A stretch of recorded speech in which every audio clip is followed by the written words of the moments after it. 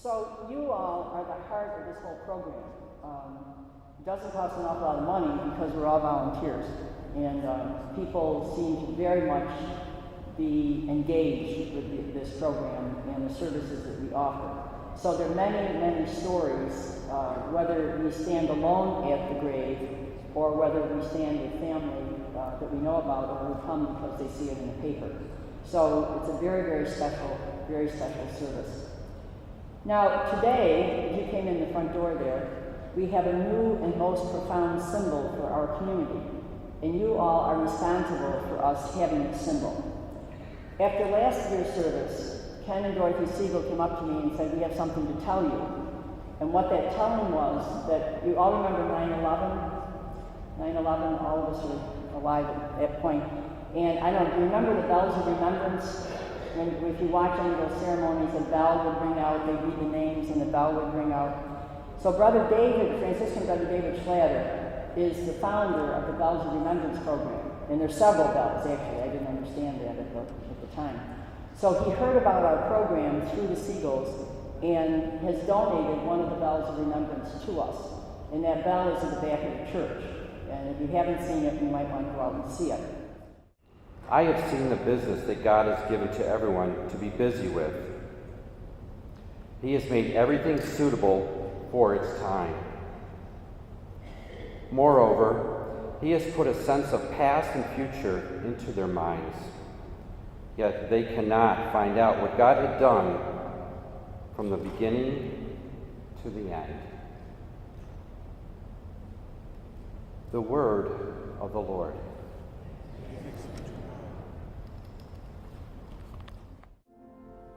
I will come to you in the silence. I will lift you from all your fear. You will hear my voice. I claim you as my choice. Be still and know I am near. I am hope for all who are hopeless. I am eyes for all who long to see. In the shadows of the night, I will be your light. Come and rest in me.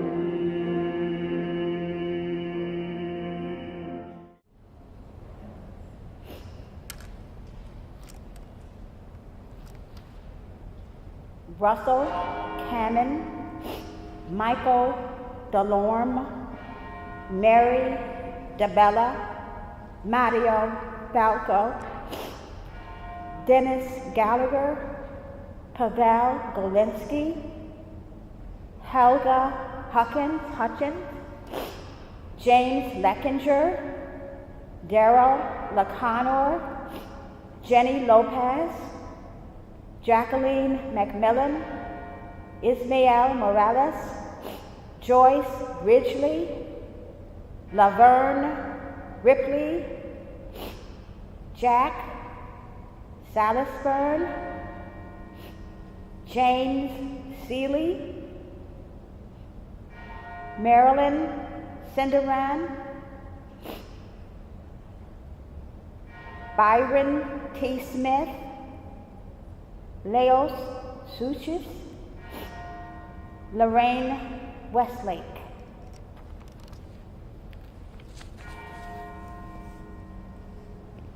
One of the things that comes to mind, some of the things, I always learn little witty sayings, and he would always say, "Dave, good Lord willing, and the creek don't rise."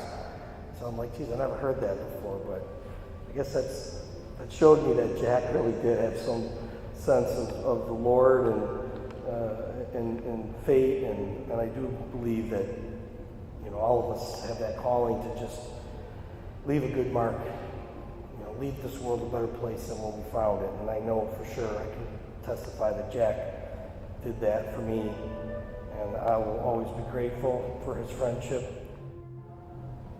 The few friends that she did have had passed away, and she was in her 90s at the time. And it happened one Saturday night. she had called me rather late. I'd already retired. And she said she wasn't feeling well. And I was living in Henrietta at the time. And I asked if she wanted me to come over. And she said, no, I'll be all right. I'm just lonely. And I said, well, if you're sure, I'll come see you in the morning. So after church, I called her on my cell phone. And as I was talking with her, she was very vague. And then she was all mixed up. And then I didn't hear from her. And so I immediately called 911. That's another story. But I got through, and the sheriff then called me back and asked me to meet him in Avon, which I did. And she was still incoherent, so they did take her to the hospital, and I followed them. One thing I did know about Lorraine was that she had a very good appetite. But for 3 days, she was in the hospital, rather incoherent and not eating. On the third day I went, and I was totally amazed.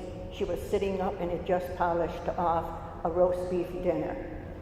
And that was kind of what would happen when she would end up being sick. It was incredible, the love that they showed to this woman and the heartbreak that they were going through having lost her. And even though everyone around me was speaking Spanish, which I do not speak, they embraced me for being part of this organization and said how thankful they were to everyone involved for letting this happen and having Jenny had a beautiful burial. There were a lot of people, which I was very surprised. So she had a lot of people that loved her in her last months and days of life. Just a few things Candy told me about Mario. He came alone from Italy, and she got to know him through her work. And I think, I don't know if the years are right, but he fell ill, and she took him into her home for his last 5 or 6 years. And her son, she said he was like a godfather to her son. So again, she was kind of excited about coming, but something must have happened there. At my job, I answered the phone with a lot of people, a lot of different issues, and Dennis had called and had an issue about his trying to straighten something out about his history as a vet. And he talked about your mother, that he so wanted this settled before he died, for the sake of his mother. So he would call quite often, and oftentimes he'd leave messages on the tape, and he found out it was a sister St. Joseph, so one of our sisters had assisted him years ago. And so we started a little relationship, and I talked to him about this other program that came out of this one. I'll just say a speck about that. We found out that there's a New York State legal form for people to sign if they wanted to be cremated or buried.